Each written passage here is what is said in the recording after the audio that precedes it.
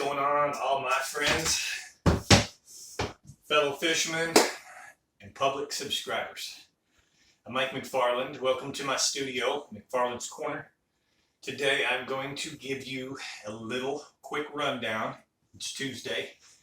It's the 12th. We're going to give you a quick rundown about Lake Fork. This is a free public report. Remember, you can always subscribe privately to my members only channel and get a whole lot more information, a lot more details, key locations, key baits, techniques, and the rundown and scoop of the Northeast Texas, probably 5-6 surrounding most popular lakes: Tawakoni, Hubbard, Lavon, Palestine, O.H. Ivy, Sam Rayburn, Athens, Lake Welsh, Gilmer, and so on. But anyways, this is the free public report right here. Let's get right to it. First off, Texas Insider Fishing Report. Big shout out to Captain Rick Murphy and the crew. We are about ready to start filming again, and we'll be on television, Valley Sports and Fox.net every week. Again, big fishing report there. Covers all of Texas, from 3 coastal regions to 3 lower, middle, and fresh regions. J. Hodge Chevrolet, headline sponsor here, J. Hodge Chevrolet. Just outside of Sulphur Springs. If you're looking for a new vehicle, check those guys out. If you're just looking for great service, really superb service department, check these guys out. Really appreciate that. Looks like we just lost a light. Trying to improve the lighting in here. For some reason I'm struggling with one of my lights. But anyway, so let's tell you about the lake. Last week we were at 402.76. That was Thursday. Over the weekend, over the rain between Friday, it rained pretty good. The lake came up to 402.94. As of today, 402.93. That is literally just an inch and a quarter, inch and a half below full pool. Clarity is 0 to 1. It really depends on where you are. There are some great clarity where you can see really deeper than that. You can see 2 feet. I was in some mid-lake stuff yesterday where I was seeing 2 feet and seeing some bedfish on beds. Temperatures, 57 is the main lake, and you'll find 60s and 64s in the backs, especially up on the northern ends. We were seeing some 67s, but again, the cool trend over the weekend brought the things back down just a little bit, and it pulled fish back out just a little bit. If you were to be a member or a Let's Talk Fishing member, my private channel, you would understand when I talk about the Texas two-step. You would realize that I don't mean dancing. I mean the erratic weather that we have, where we warm trend, cool trend, warm trend, cool trend. And the fish literally move in, move out, move in, move out. A couple of quick tips publicly. Remember that once they do move in, they don't move all the way back out to the main lake. When they get back in these spawning grounds and these creeks in the backs of the channels and pockets and drains, they'll move up on the bank to spawn. And when bad weather comes or cold conditions come, they usually just pull back into the ditches, into the creeks, back on the wood. A lot of times they get tied in the wood and the roots. And that's where you just kind of change things up. So for example, right now the best thing you can do is what I call junk fishing. You need to have a little bit of everything out on the deck of your boat. Have some top waters like a popper, a frog, a buzzbait. Have a swim jig. Chatterbait bite hasn't been that good for me yet this year. Hasn't gotten that warm. I think for me it's a little later in the season. But the square bill bite, for example, is excellent. Yesterday we went to the square bill and we had a whole bunch of fish. No big ones, but a whole bunch of fish in a very short time on square bills, backed out to the creek swings and channels. In the rain, there's some more rain coming this weekend. Frog bite. The frog bite was excellent last Friday in the rain, during the rain. I highly recommend a buzzbait. I've always fished all my life in the rain with a buzzbait. Doesn't matter what time of year. Buzzbaits, rain, it just clicks together. So that's what I mean by junk fishing for your reaction baits.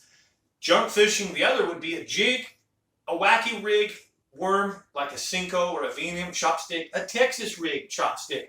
Have those tied on so that if you're not getting reaction baits, you can pitch little baits, soft plastic creature baits, etc., to the stumps, to the creeks, to the channels that are nearby those spawning flats. Always remember that a lizard this time of year, a lizard in pre-spawn and spawn is an excellent bait to catch fish. They just don't like salamanders. Perfect bait, a lizard, 4 legs and a tail, a lot of movement, perfect bait to catch those fish. So that's what I mean by junk fishing.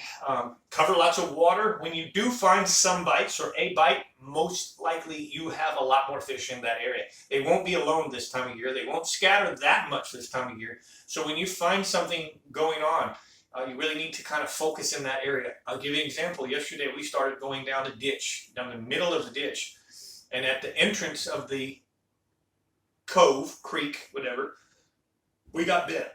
Well, we went all the way. As we got farther and farther back in, we didn't get any more bites. We got less and less and less. It felt like we left the fish. We came back to the mouth, power pulled down at the mouth, and had a beat down of quite a few fish. Again, no big ones. My clients had a good time. It was fun. But here's the deal. The fish are moving so much. Texas two-step, in, out, in, out. I told them, go back here tomorrow. These fish, they're small fish right now because they're coming back. The cold of the weekend pulled them out. Now we're warm trending again. They're coming back. Small fish go first. I bet you tomorrow morning you'll do well. They sent me a message this morning that they were back there. And this is the stuff that makes me happy. When we make the right decision, when we take people fishing, and we show them things to do.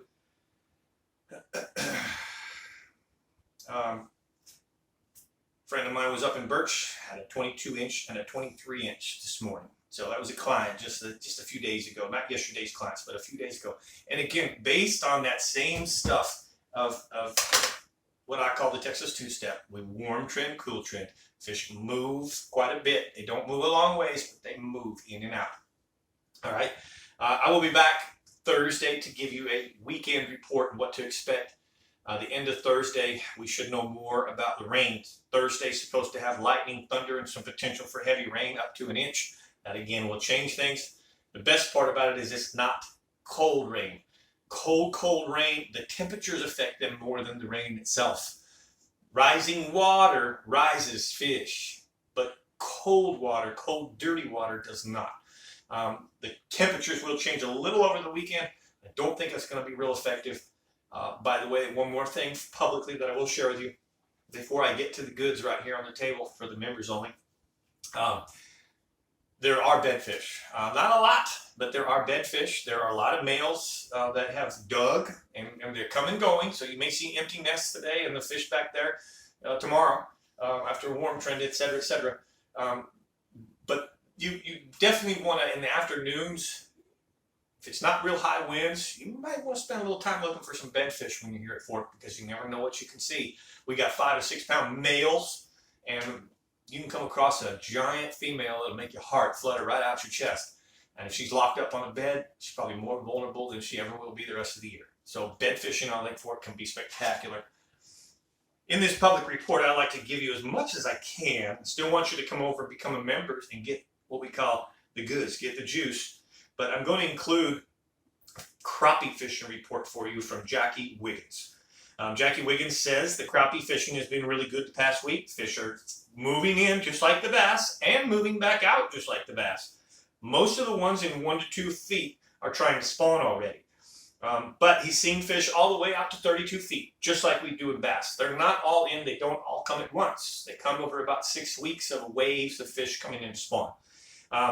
Jackie's focusing in 10 to 18 feet, mostly around timber and brush in staging areas. Those are the areas, the last deep water areas before the spawning ground. So if you know where crappie spawn, just back up a little bit, find 10 to 18 foot of water, timber and brush, and you got those fish stacking up and staging in those areas. He is having to cover a lot of water to fill the limits, but they are getting it done on a daily basis. It seems that the dirty water on the north end has shallower fish, and those fish he's using black and chartreuse or live minnows. When he gets into clear, deeper water, he's using more natural colors. Jackie also gives us a pretty cool catfish report from time to time, and he's giving us a great one right now because it's excellent. And he says the best range for the catfish is 13 to 20 feet, creek swings, creek channels, but you want to find nesting cormorant birds. So sometimes you got to get out early in the morning to see those birds still in the trees, or at the end of the day and see where they're roosting. If you get around those roosting trees, those cormorants only digest about 40, I think it's either 40 or 60% of the fish that they eat, which means they're pooping out when you see them squirt, they're pooping out non-digested fish, which attracts a lot of bait, attracts a lot of brim, attracts catfish. If you'll fish in those particular areas, you'll catch more catfish. If you will chum those areas with sour maize or cattle cubes, you'll keep those catfish there longer. Okay? Remember, when those birds leave the roosting tree, there's no more poop, there's no more activity. So the birds are gone during the day. You know, for example, you want to be there at 10 a.m. in the morning to catch fish. Maybe you're not an early riser or whatnot. Know where the trees are, bait those tree holes, and you'll keep the fish there much longer. And again, so you can go out and fill a limit of crappie, fill a limit of catfish, take a lot of fish home to your freezer, spend the afternoon bass fishing, looking for some bedfish and throwing a frog, and you might just have one of the best days of fishing in your entire life on the world famous Lake Fork. I want to give a big shout out to a few more of our sponsors. Lake Fork Marina Motel. What a great place to stay. Lake Fork Marina Motel on the lake is lakefront. They have a nice restaurant, Jamie's Restaurant, which is really, really stepped up. The food service, the food itself, and Jamie's restaurant, that restaurant is known for the pie. They're still making the same pies by the same recipe, oh my, the pie. If you're staying in there, you're going to certainly eat at the restaurant. Be sure and have some pie. But go into the Marina store and check it out. It's kind of like a mini Bass Pro Shops. It's got a lot of things from clothing department upstairs. It's a fantastic store and a fantastic place to stay. By far the best on the lake, Lake Fork Marina Motel. I also want to do, as I said, J-Hob Chevrolet, big sponsorship there. Big support from those guys. Thanks again. Skeeter Bass Boats and Diamond Sports Marine, Fred Barthold. Appreciate everything they do for us. Yamaha engines, best engine on the market. I have been running a Yamaha now since 2017. Knock on wood. I've never had a single hiccup or a glitch. Big, big shout out to the dependability of Yamaha. Texas Insider Fishing Report with Captain Rick Murphy, Bree, and Dave Farrell. Abu Garcia, Berkeley, Power Pole, Bass Assassin, Bajío Sunglasses. Best sunglasses I've ever used. I keep saying that each year when I get new sunglasses, but Bajío Sunglasses, try them out. Tide Lines UV, Lake Fork Trophy Lures, Impact Lures, Sandtone Lures, Real-Time Rods, Magic Reaction. That's the juice that we soak all of our soft plastics in. Gets you more bites, keeps the hold along longer, deeper hook sets. Lake Fork Marina, as we mentioned, Go Fish Lures, Steve's Custom Prop Shop, the Original Rod Socks, Sign Shop, Burning Stump Lodge, Lake Fork Resort, Murphy's Law Sport Fishing out of Florida. You want to enjoy some awesome saltwater fishing in the Everglades and just outside the coast there of Florida. Murphy's Law Sport Fishing.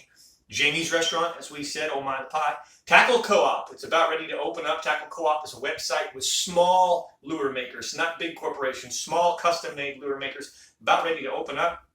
Jamie's Jacked Up Design. They do our shirts, our banners, and all of our apparel. And always and forever, Lucas Oil.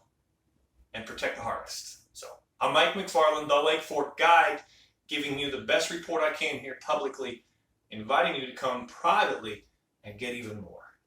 Check out the members only link below in the descriptions. Hit the like button and comment below if you will. Other than that, we wish you all great fishing.